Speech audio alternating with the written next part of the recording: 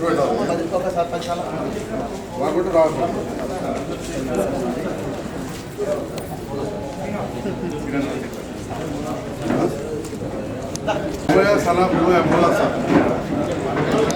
జగిత్యాల మండలంలో వెల్దుర్తి గ్రామానికి చెందిన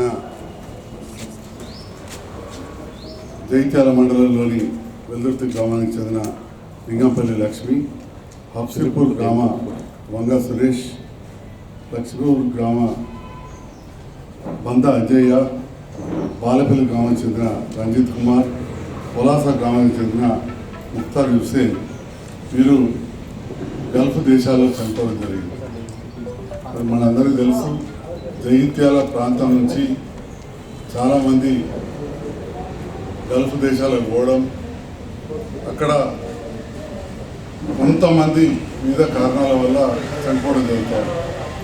దాదాపు కొన్ని దశాబ్దాలుగా ఒక డిమాండ్ ఉండింది. తెలంగాణ రాష్ట్ర గల్ఫ్ బాధితుల సంఘం కావచ్చు, అక్కడ ఎన్ఆర్ఐస్ అసోసియేషన్ కావచ్చు, ఒక ఎన్ఆర్ఐ పాలసీ తీసుకోవాలి.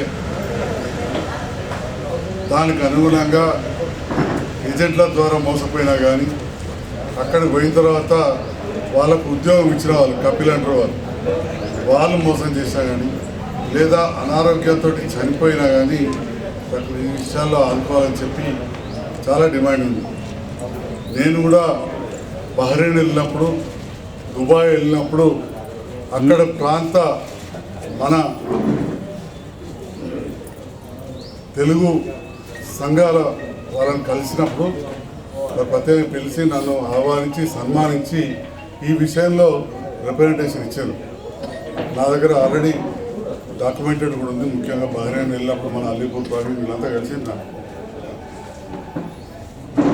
గౌరవ ముఖ్యమంత్రి రేవంత్ రెడ్డి గారు ఏ విధంగా అయితే ఎలక్షన్ సందర్భంగా మాట ఇచ్చిండ్రో ఆ మాటకు అనుగుణంగా సెప్టెంబర్ 17వ నాడు జియో ఇష్యూ చేయడం జరిగింది.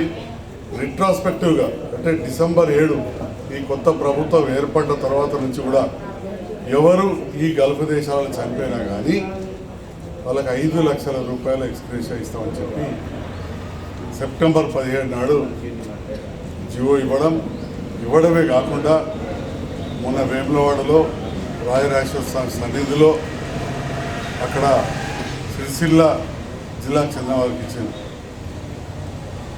ఈ కార్యక్రమం జరుగుతున్న సందర్భంలో సెప్టెంబర్ 17 కంటే ముందు 14వ తేదీ నాడు సెప్టెంబర్ 14వ తేదీ నాడు సెక్రటేరియట్లో జరిగిన మీటింగ్లో గౌరవ మంత్రివర్యులు పొన్నం ప్రభాకర్ గారు, విప్ ఆది శ్రీనివాస్ గారు, ఈ ప్రాంత ఎమ్మెల్యేలు అందరితో కూడా మీటింగ్ పెట్టి ఆ రోజు డిసైడ్ అయింది 17 నాడు ఖచ్చితంగా మనం ఇవ్వాలి అని చెప్పి.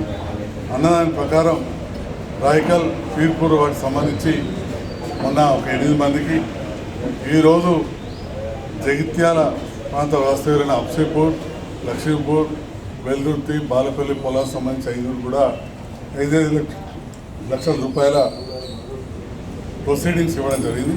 వాళ్ళందరూ కూడా డబ్బు డైరెక్ట్గా కలెక్టర్ అకౌంట్ నుంచి వాళ్ళ అకౌంట్లోకి వస్తాయి. ఏ ఇబ్బంది ఉన్నా కానీ ఏదైనా రకాలుగా ఆగిపోతే తప్పకుండా అందుబాటులో ఉండి వారికి సాల్వ్ చేస్తామని కూడా తెలియజేస్తూ, అదేవిధంగా ముఖ్యమంత్రి సహాయం నుంచి ఇప్పుడే పొలాస వాస్తవులకు కూడా చెక్లు ఇవ్వడం జరిగింది.